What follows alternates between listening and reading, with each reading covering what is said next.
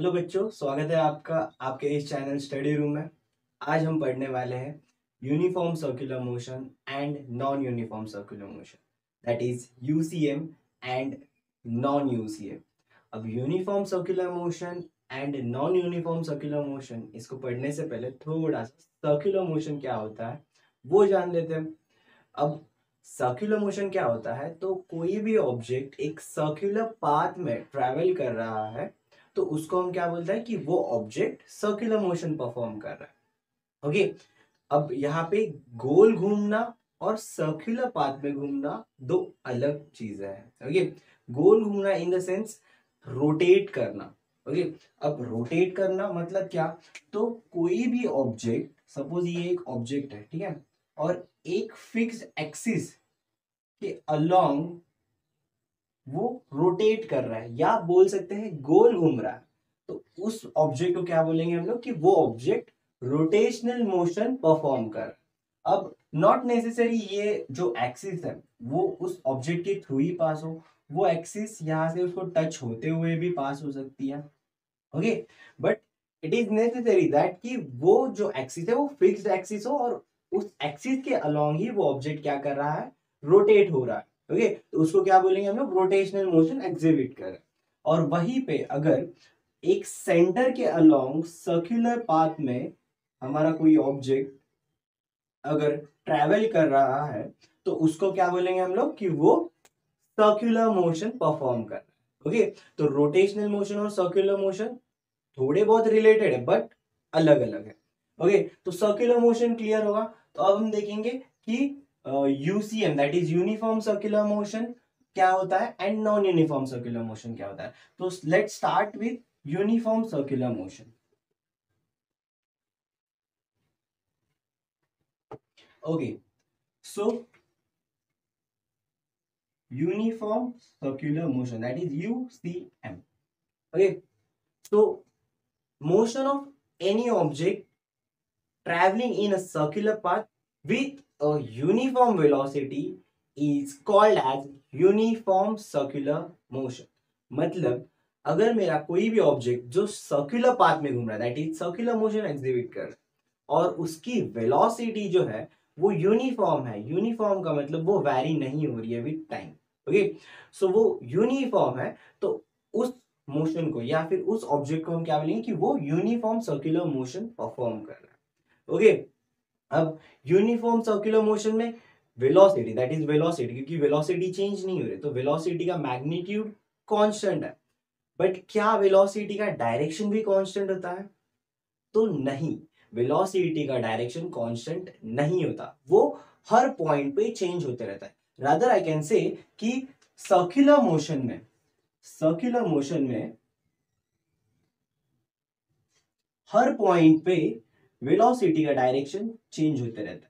जैसे कि अगर ये पॉइंट ए है तो इसका यहाँ पे वेलोसिटी का डायरेक्शन अपवर्ड साइड होगा, यहाँ पे वेलोसिटी का डायरेक्शन ये होगा, यहाँ पे ये अगर सपोज ये बी पॉइंट है, ये सी पॉइंट है, यहाँ पे वेलोसिटी का डायरेक्शन डाउनवर्ड साइड होगा, एंड यहाँ पे डी पॉइंट पे वेलोसिटी का डायरेक्शन इस तरफ होगा। ओके, एंड मैग्नीट्यूड, मैग्नीट्यूड हर जगह पे सेम होगा। क्यों? क्योंकि हम क्या पढ़ रहे हैं, हम पढ़ रहे हैं यूनिफॉर्म सर्कुलर मोशन, जहां पे मैग्नीट्यूड ऑफ वेलोसिटी क्या होती है, सेम होती है। ओके, तो डायरेक्शन चेंज हो रहा है, तो डायरेक्शन क्यों चेंज हो रहा है, कौन सा ऐसा फैक्टर है जिसकी वजह से डायरेक्शन चेंज होता है?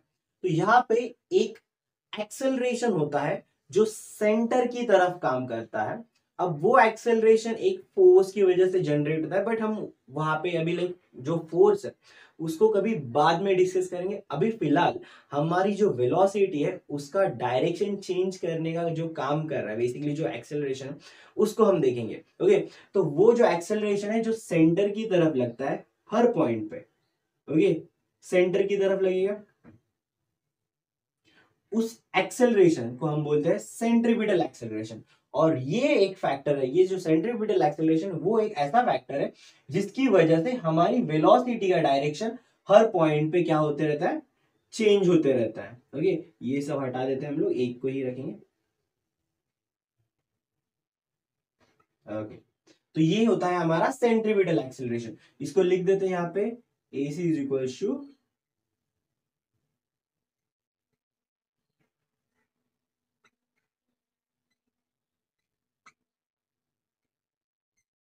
AC is equal to centripetal acceleration. अब सेंट्रीपिटल एक्सेलरेशन जैसे कि मैंने कहा मतलब सेंटर सीकिंग एक्सेलरेशन, या फिर हम बोल सकते हैं सेंटर की तरफ लगने वाला एक्सेलरेशन। ओके, अब यहां तक हमें क्लियर है कि यूनिफॉर्म सर्कुलर मोशन में हमारी वेलोसिटी कांस्टेंट होती है, बट वेलोसिटी का क्या होता है, डायरेक्शन वैरी करते रहता है, डायरेक्शन हर पॉइंट पे अलग अलग होता है। Not just in uniform circular motion, in non uniform circular motion भी वेलोसिटी का डायरेक्शन अलग होता है, बट वहां पे थोड़ा सा अलग केस हो जाता है। ओके, तो अभी फिलहाल हम लोग यूसीएम को देखते हैं।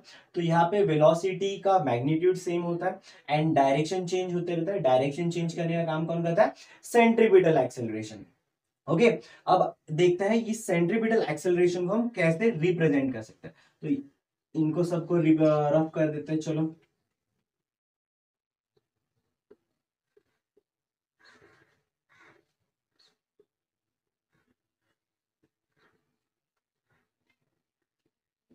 ओके, अब सेंट्रीपिटल एक्सेलरेशन हम रिप्रेजेंट कर सकते हैं ओमेगा स्क्वायर आर, जहां पे ओमेगा स्क्वायर बेसिकली क्या है, हमारे एंगुलर वेलोसिटी का स्क्वायर है। Omega is nothing but N angular velocity, और ओमेगा स्क्वायर क्या हो जाएगा, एंगुलर वेलोसिटी का स्क्वायर टाइम्स आर।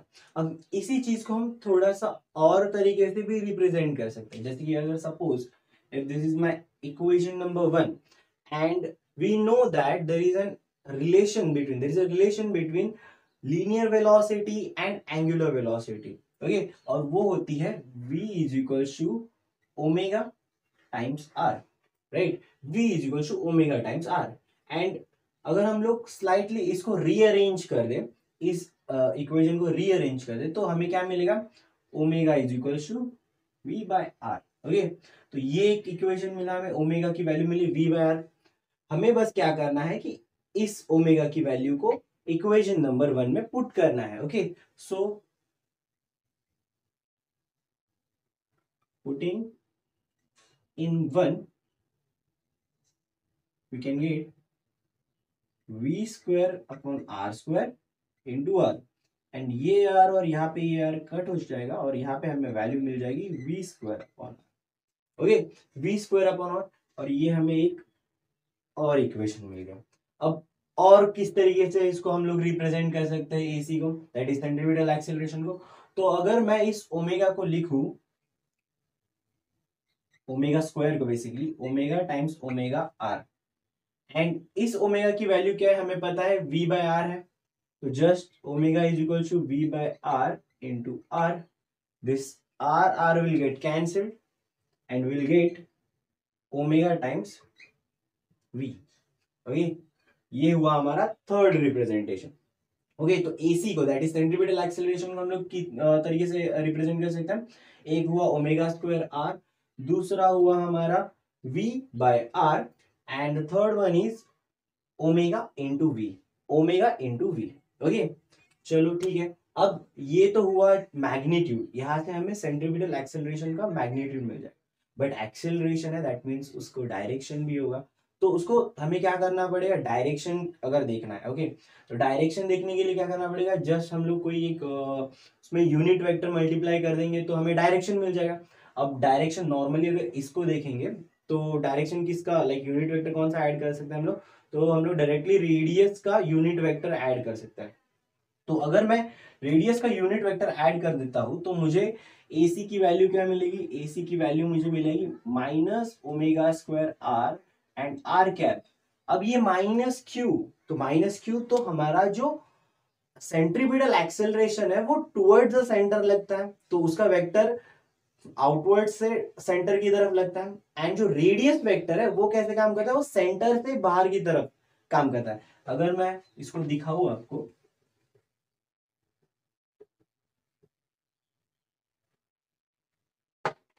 तो अगर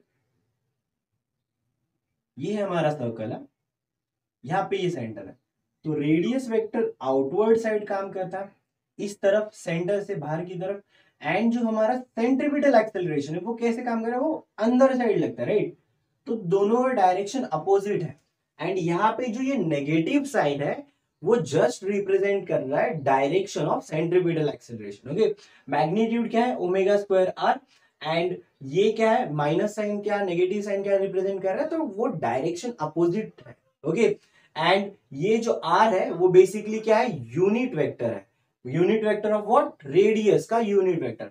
अब और एक जो नेक्स्ट था हमारा, उसको भी हम लोग लिख सकते हैं, तो directly minus v square upon r, r cap, and the third one is क्या हो जाएगा, minus omega times v r cap. Okay, तो ये हमारा तीन तरीके से हम लोग इसको वेक्टर मतलब डायरेक्शन के हिसाब से भी लिख सकते हैं।